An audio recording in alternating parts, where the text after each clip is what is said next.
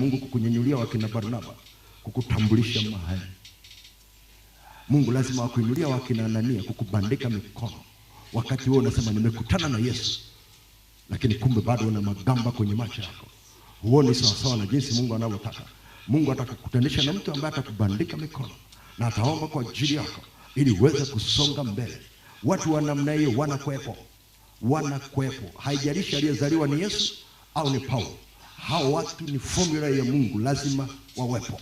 Yesu asingezaliwa bila msaada wa Mariamu, na Mariamu asingepata heshima kwenye kijiji bila Yusufu kukamatwa kwenye ndoto akubali kubeba aibu ya kwamba amempa ujauzito huyu msichana kabla ya kufunga naye ndoa. Alikubali kupata aibu kwa ajili ya kubeba mzigo wa Mungu, maana Mungu alimtembelea kwenye ndoto. Na ninaamini hakuna mtu aliyemwelewa kwamba ametembelewa na Mungu kwenye ndoto, kwamba hiyo mimba ni kwa uwezo wa Roho Mtakatifu. Anajaribu kuruka ile mimba, kila mtu anasema hii ni ya kwako, imekulalia, hii ni ya kwako. Kwanza alikuwa ni mchumba wako, kila mahali mlikuwa naye. Ikafika saa ya kujifungua, hakuna mahali popote alipopata isipokuwa nyumba ya wageni. Inamaanisha Mungu alimwandalia huko. Maandiko hayatuambii Misri alikaa wapi, lakini lazima kuna watu walioandaliwa kumtunza. Haijalishi ni Yesu anazaliwa, haijalishi ni Musa anazaliwa, Farao atakuweko kwa ajili ya kumtunza. Kuna namna ambavyo katika maandalizi ya uongozi kuna watu Mungu anawaweka katika maisha yako. Na unaposoma habari za Daudi unaona wakati Daudi alipomaliza tu kumpiga Goliath, angalia kitu kilichotokea. Kilichotokea cha kwanza, Mungu ni kumnyenyulia Jonathan ambaye alikuwa ni mtoto wa Sauli. Yeye ndio angekuwa ndio mrithi wa kile kiti, kumbuka hilo, kufuatana na mlolongo wa uongozi. Lakini Mungu akabana nafsi ya Jonathan, ikaambatana na nafsi ya Daudi, wakawa marafiki pete na kidole. Nenda kaangalia pale chini, utakuja kugundua ya kwamba walipokuwa wanarudi town baada ya kutoka kwenye vita, na wamama wametoka kwenye miji yao kumpigia makofi Sauli kwa sababu ameshinda vita. Kasome Biblia yako, inasema walipoanza kuimba wanasema Sauli amewapiga 1000, lakini Daudi amewapiga 10,000. Maandiko yanasema Sauli alikasirika. Sasa angalia, anakasirika wakati tayari mtoto wake ni rafiki ya Daudi. Kasome Biblia yako uone jinsi ambavyo Daudi anafanyiwa mipango ya kuuawa na mbinu za kuvurugwa na Sauli. Jonathan yuko kwenye kikao. Kama si upako ulikuwa juu ya Daudi na kumbana Jonathan, hana namna ya kwenda kutoa siri kwa Daudi kwamba asije inapangwa ugongwe. Bwana Yesu asifiwe. Bwana Yesu asifiwe. Nenda kaangalia alipoenda kwenye lile pango la Adulam. Anakimbia, usingetegemea anayekimbia apate msaada. Maandiko yanasema wakamkimbilia watu 400. Nenda kaangalia wale waliomkimbilia, kila mtu aliyekuwa na deni, kila mtu aliyekuwa na dhiki, kila mtu aliyekuwa na uchungu moyoni mwake. Ndio maana si kila mtu ambaye Mungu atakuletea ili akusaidia na hela. Kwa sababu saa nyingine uhitaji msaada wa hela, unahitaji tu mtu wa kukutia moyo, unahitaji tu mtu wa kukutia joto. Oh, hallelujah. Waliomzunguka saa hiyo, Biblia inasema kila aliyekuwa na dhiki, maana yake ana shida, akaenda kwenye pango kwa Daudi. Aliyekuwa na deni akaenda kwenye pango la Daudi. Aliyekuwa na uchungu moyoni, hicho ndio kigrupu cha soja wake wa kwanza, walikuwa 400.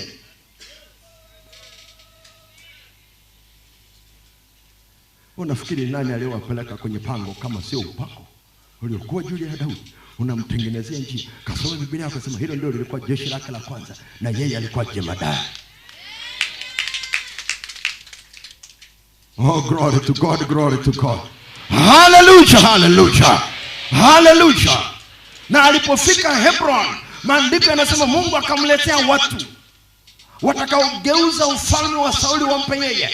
Na wakaanza kutajwa kwa kabila na kazi zao na vipawa vyao, na wako wangapi kule ndani. Na wapata mpaka wana wa Isakari ambao walikuwa wanajua nyakati na vitu gani wana wa Israeli wanatakiwa kuyafanya. Maandiko yanasema walikuwa 200. Amekutana nao wapi? Hebron. Kumbuka jambo hili litakusaidia.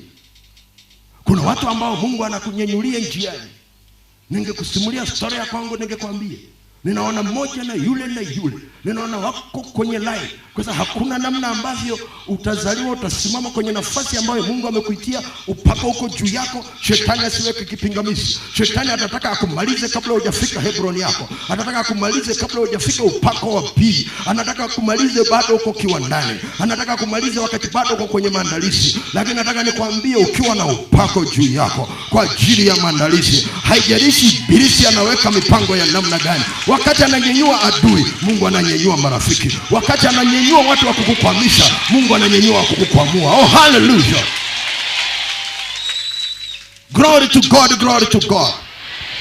Ndio maana msichana, ndio maana kijana, unafika mahali unaona kabisa hapa sitoboi. Kile kisemo cha mjini kwamba hapa sipiti kwa kweli. Kama ni mshahara sina kazi yoyote, sina mtu wa kunisomesha, sina mtu wa kunipeleka shule. Lakini ndoto yako inakuonyesha ya kwamba umesoma na una cheo kikubwa. Lakini ukitizama hapa, wazazi wako hawana pesa, inawezekana ni mjane. Lakini ndio kitu ambacho kinatokea pale ni kwamba Mungu atanyenyua mtu kutoka kona ambayo hukutarajia na atakupeleka shule. Oh, hallelujah.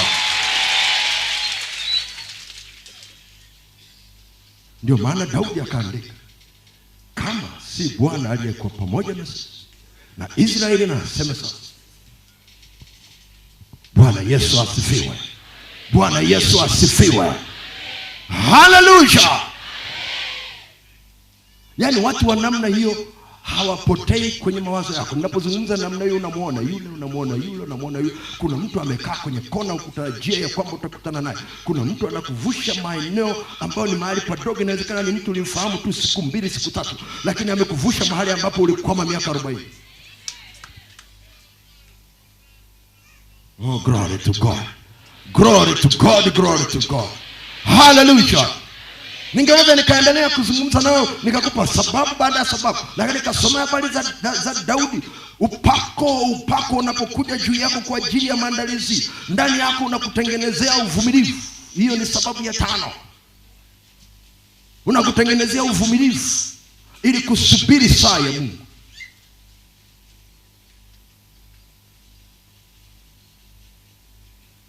Biblia inatuambia habari za Ibrahim, kwa kuvumilia akapata. Biblia inasema sisi ni warithi wa wale ambao wanarithi ahadi kwa imani na kwa uvumilivu. Sio imani tu, imani na uvumilivu. Biblia inazungumza juu ya maono. Ukisoma habari za Habakuki sura ya 2, ule mstari wa 1 mpaka wa 4. Ule mstari wa 2 anapomwambia Habakuki, andika njozi ikawe wazi katika vibao, kila asomaye soma kama maji. Inakimbilia kufikia muda wake ulioamriwa, kwa sababu njozi hii ni kwa wakati ulioamriwa. Maandiko yanasema japo kawia ingoje. Biblia haikusema japo kawia ifast track. Haikusema japo kawia isukume itoke haraka. Ukisukuma itoke haraka, unaua kifaranga. Kwa sababu huwezi kulazimisha kifaranga kitoke kabla siku 21. Mungu amepanga kikae kwenye yai kiatamiwe siku 21. Hakuna kufast track kinjozi, kwa sababu saa ya kusubiri ni saa ya kukuandaa. Ukifikiri saa ya kusubiri ni saa ya kupoteza, hujaelewa somo ninalokuambia. Watu wengi sana wanafikiri muda wa kusubiri ni muda wa kupoteza. Ndio maana wamekaa mkao wa kuzubaa, wa kutokujiandaa. Ule muda wa kusubiri ni muda wa maandalizi, na ndio maana unahitaji upako juu yako. Kama muda wa kusubiri unakuvuruga katika maisha yako, unahitaji msaada wa Mungu ili utengeneze fikra zako, ili ukae mkao wa kusema Mungu, huu si muda wa kupoteza, ni muda wa kujiandaa kwa ajili ya next stage, kwa ajili ya hatua nyingine na awamu nyingine ya maisha yangu. Nipo utulivu ndani yako. Unahitaji upako wa Roho Mtakatifu kukupa uvumilivu. Daudi angeweza akasema, okay, nimepata nafasi ya kumuua Sauli, angemuua Sauli ili kufast track njozi yake, na bado asingepata ile nafasi. Alipata kila aina ya nafasi. Alikuwa na mashabiki wengi sana ambao bado walikuwa chini ya Sauli. Angeweza akamwambia Sauli, kwa nini tunapigiana kelele? Itisha uchaguzi mapema, halafu uone nani atapata kura. Nakwambia Daudi angepata kura, lakini saa yake ilikuwa bado, na Mungu alimwekea ndani yake uvumilivu. Bila upako wa namna hiyo huwezi kuwa na uvumilivu ndani yako. Nakumbuka ile miaka ya 90, kuna kijana mmoja alikuwa na wito mzuri sana ndani yake, amepakwa mafuta sawa. Alafu ghafla akapotea hapa mjini. Hatukujua ameenda wapi. Baada ya mwaka hivi alipita mjini, tukamuuliza ulipotelea wapi? Akasema nirudi nyumbani. Kamuuliza kufanya nini? Akasema Mungu amenisemesha kwamba mtumishi fulani anakufa, mimi ndio nitakayechukua nafasi yake. Kwa hiyo nirudi nyumbani kujiandaa. Yule mtumishi hajafa mpaka leo.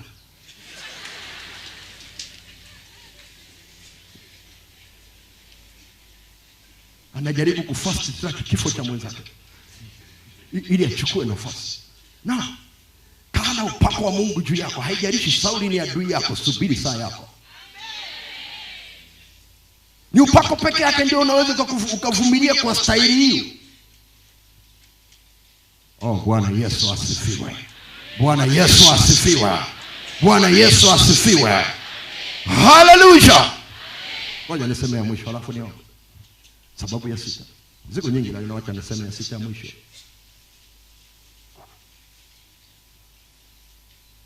Kukutengenezea mazingira ya ulichobeba kujulikana.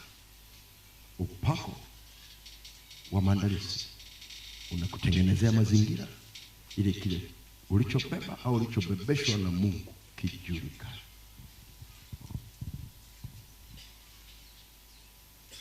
Samueli wa kwanza ile sura ya 18 mstari ule wa 6 na wa 7.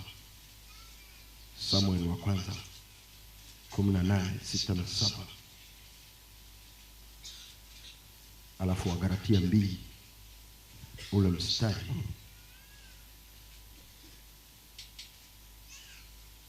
wa 9. Wagalatia 2 ule mstari wa 9.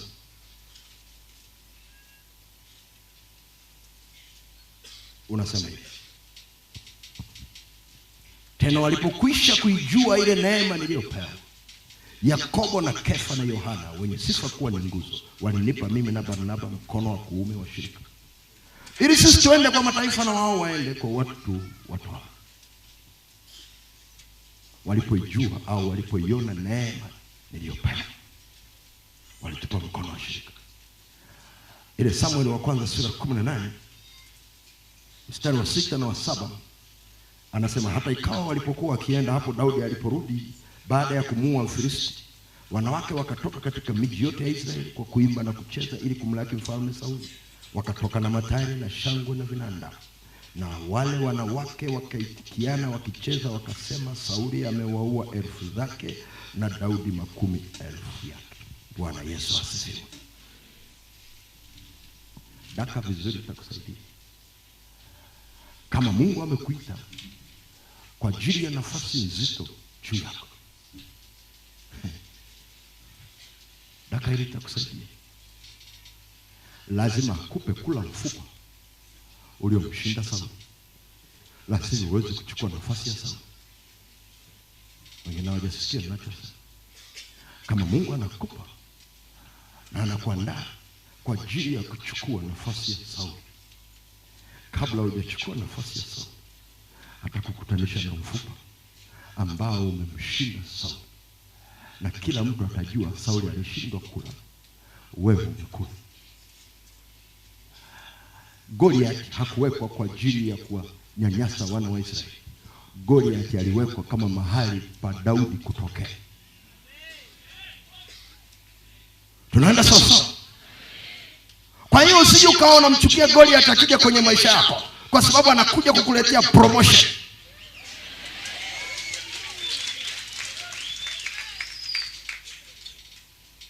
Unasema Kasego unaongea kitu gani?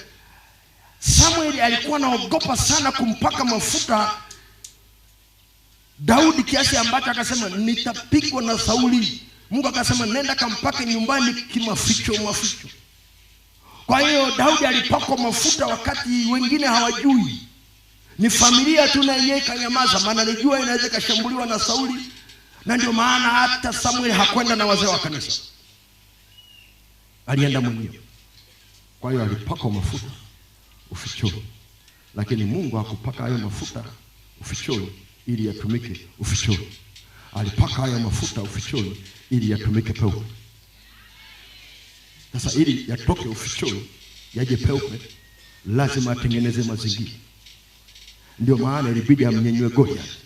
Alipomnyenyua Goliath, Sauli akamshinda. Wakati anamhangaikia namna hiyo, Roho Mtakatifu akasemesha baba yake na Daudi anaitwa Yese, nenda kawasalimie ndugu zako, sijawaona kwa siku. Chukua vyakula hapa, nenda kawasalimie.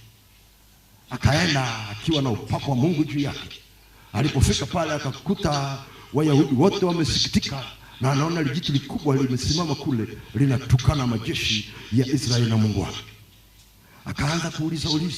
Maandiko yanasema aliuliza. Na alipokuwa anauliza wakaanza kumjibu. Kwa sababu Sauli aliposhindwa akaamua kutoa zawadi kwamba yoyote atakayetokea akamshinda Goliath atampa utajiri. Alafu si hilo tu, akasema atampa na mtoto wake amuoe. Daudi akatizama akasema hapa ndio mahali pa kutokea. Nikiweza kumtoa Goliath sirudi tena kuchunga kondoo. Nitakuwa nimelipiwa na mahali ya kuoa. Nitakuwa nimepata pesa. Hakuamini. Kitu gani kilikuwa kinampa ujasiri ndani yake? Ule upako wa maandalizi. Ngoja nipate uhakika. Akaanza kuuliza kwenye kambi. Haya ninayosikia ni ya kweli? Mpaka kaka zake wakasikia, wakakasirika. Na Sauli akasikia. Akamuita kijana, nasikia unataka kushughulika na Goliath. Akasema kabisa. Wala kisikusumbue, kwa sababu kwenye mazoezi yangu nilipambana na dubu. Kwenye mazoezi yangu nilipambana na simba. Huyu ni nani bwana? Maana anamwambia usije ukafikiri nimekuja sijaandaliwa. Niliandaliwa kwa saa kama hii. Unipe nafasi. Sauli akamtizama namna hii, akatoa silaha zake, akampa. Ile jamaa alikuwa bado mdogo na silaha, na Sauli alikuwa kitu kikubwa. Lazima upanga wake ulikataa. Akajaribu kuvaa. Usijaribu kwenda vitani na silaha ambayo hujaifanyia mazoezi. Kama Sauli hiyo silaha haikumsaidia, wewe itakusaidia. Kaambia chukua nguo zako na silaha zako. Sasa unaendaje? Sasa subiri uone. Kuna vitu nilivyofanyia navyo mazoezi. Hallelujah. Kila mtu alikuwa anajua kabisa huyu anaenda kumalizika. Lakini ndani anasukumwa na msukumo ambao sio wa kibinadamu, ni upako uliokuwa juu yake. La sivyo asingekuwa na ubavu wa kupambana hata kushindana na Goliath, hata kwa kupima kwa kimo. Ndio maana Goliath alipomuona namna akasema, "Nyinyi mnanifikiri mimi ni nani? Mnanitumia kwa kitu kidogo namna hii." Akaendelea na matusi yake. Na Daudi akasema, "Sawa, wewe unakuja kwa jina la Mungu wako, na mimi nakuja kwa jina la Mungu Bwana wa majeshi. Hayo nayo yatuka." Akaweka jiwe moja kwenye kombe yake akarusha. Na kuambia liliporushwa lile jiwe lilikuwa limefunikwa na upako. Lilienda kama missile, haliwezi kukosa. Wakati Goliath akifanya hivi na jiwe linafanya hivi. Alipojaribu kukwepa likamgonga kwenye kichwa. Jiwe moja tu akaanguka chini. Daudi akakimbia kwa spidi, akachukua upanga wake wa Goliath, akamkata nao shingo. Alafu akabeba ile shingo, kile kichwa, akaondoka nacho. Maandiko yanasema majeshi ya Wafilisti yakakimbia. Kitu gani Mungu alikuwa anafanya? Alikuwa anamtengenezea mazingira ili kijulikane alichobeba. Kwa sababu alibebeshwa maficho, lakini kitumike peupe. Sauli alibanwa na Yesu njiani akiwa na wenzake. Hakuna mtu aliyejua wito wake. Maandiko yanasema neema iliyokuwa juu yake ilikuwa lazima ijulikane kwa kina Kefa, ili wampe mkono wa shirika kwenye maandalizi Mungu anayokupa ndani yako. Usije ukakasirika unapokutana na wakina Goliath bado hujawa mfalme. Wakina Goliath wanaokuja kabla hujapata cheo ni mazoezi yako. Hallelujah. Ndio maana usilalamike unapopewa kazi nzito unasema wananionaje mimi? Kwa nini wananipa kazi nzito namna hii? Kwanza wenye cheo, wenye wajibu wa kufanya hiyo hawapewi, ninapewa nini? Ukilalamika namna hiyo unajidisqualify kuwa kiongozi. Kwa sababu Mungu atakuletea Goliath kabla hujaenda Hebron. Atakuletea Goliath kabla hujapakwa mafuta ya kuwa mmiliki. Ili ijulikane ya kwamba yuko mfalme, yuko kiongozi ambaye anaweza akakaa kwenye nafasi akashinda sawa sawa na Mungu alivyokusudia kabla ya kufika kwenye nafasi. Jesus. Funika macho yako. Hallelujah, hallelujah.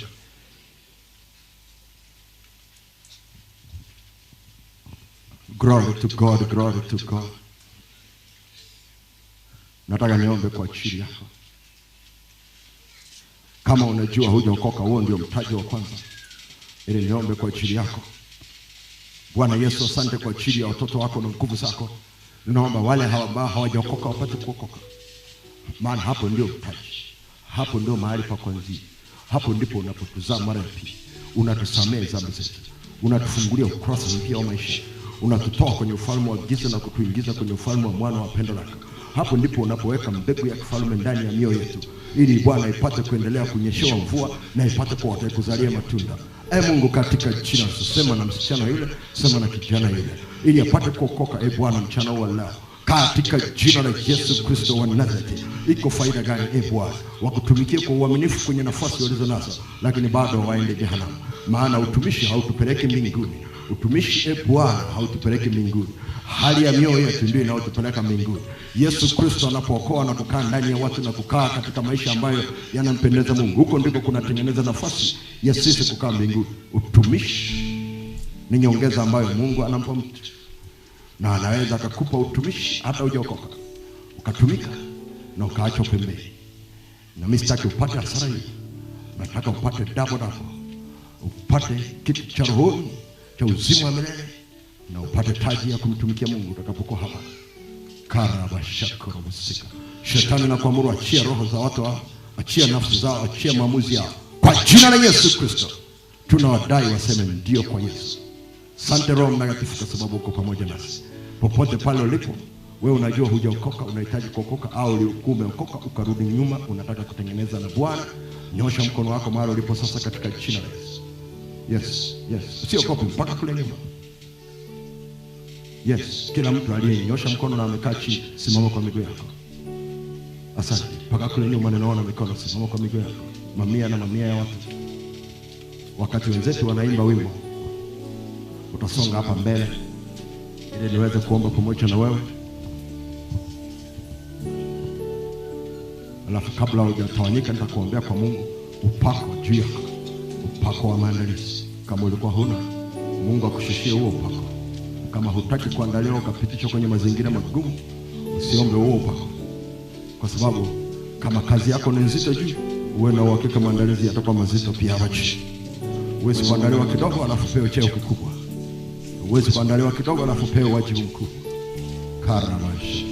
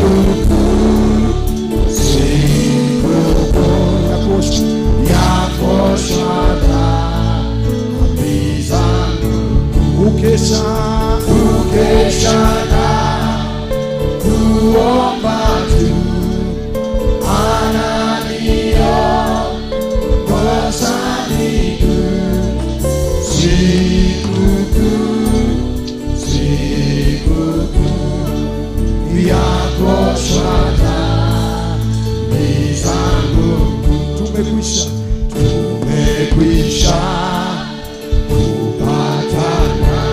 wake, yeye wangu, na sasa nitamwandama, nikiri sikukuu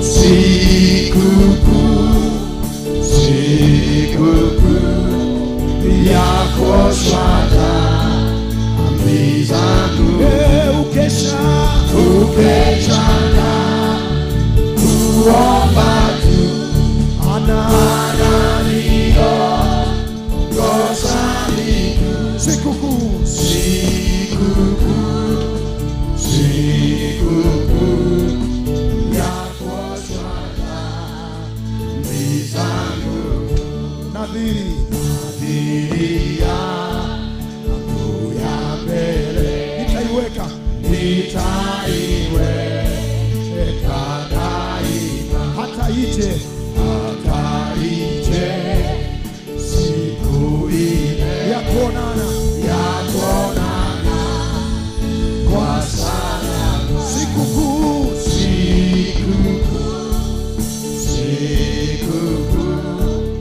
ya kuoshwa dhambi zangu. Ukesha na kuomba tu, ananiongoza miguu.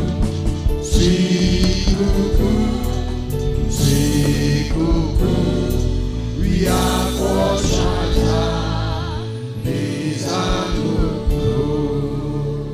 Nyanyua mikono yako juu. Uliyefika hapa mbele na unatusikiliza kwa njia ya redio au kwa njia ya mtandao, popote pale ulipo, na uko tayari kwa ajili ya kuokoka au kutengeneza maisha yako kwa upya, utafuata sala hii pamoja na sisi tulioko mahali hapa katika uwanja huu wa reli katika jiji la Arusha, Tanzania.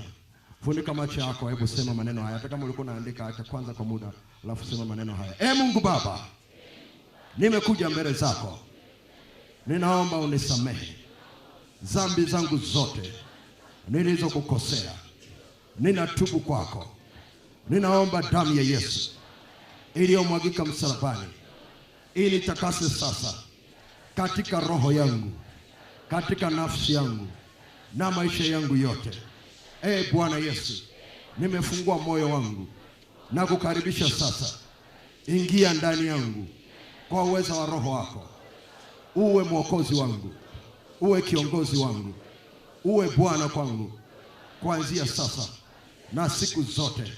Nikutumikie wewe, nikuishie wewe siku zote za maisha yangu.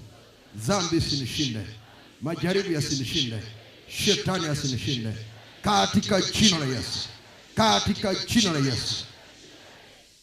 Endelea kunyanyua mikono yako. Kama uko kule nyuma na ungetaka nguvu za Mungu, upako kwa ajili ya kukuandaa kwa kiongozi, unaweza kusimama tu mahali ulipo, na mimi nitaomba kwa Mungu juu yako.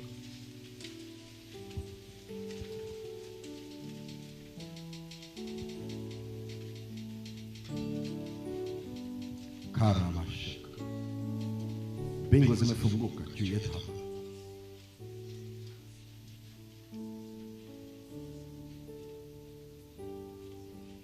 Nasikia tu neno kwamba Roho Mtakatifu ambaye Baba atamtuma kwa jina lako.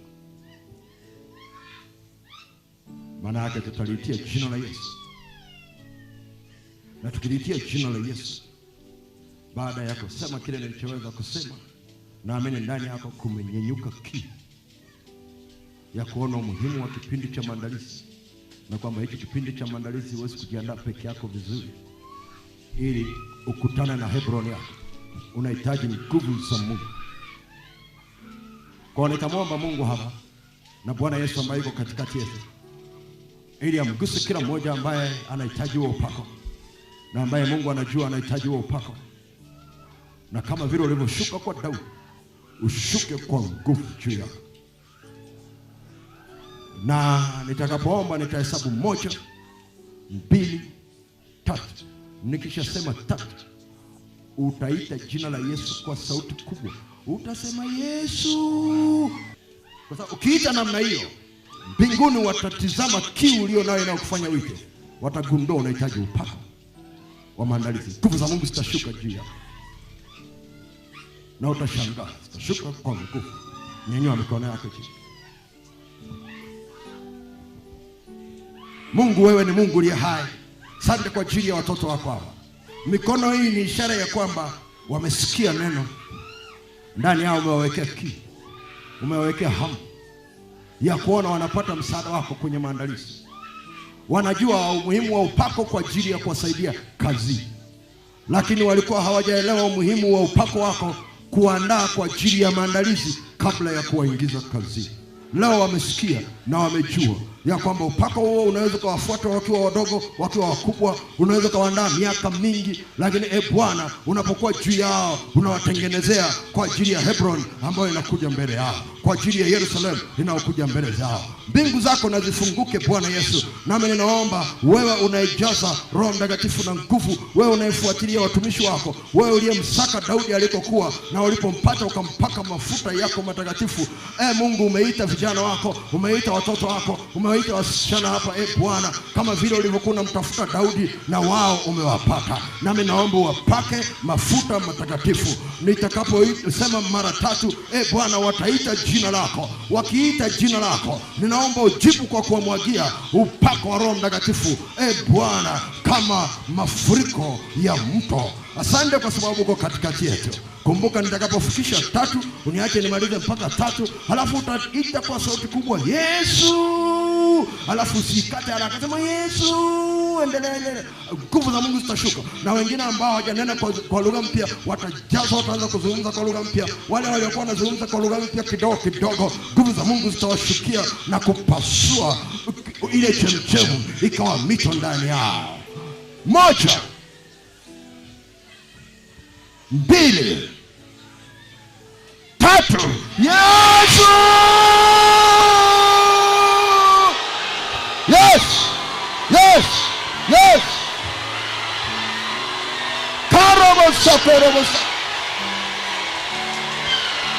Yes! Nguvu za Mungu zinashuka juu yako. Karobosandaraba. Korobosindarabasa. Kandorobosangoroboko. Rapokoria saka. Yes, upako juu yako, upako juu yako. Yes.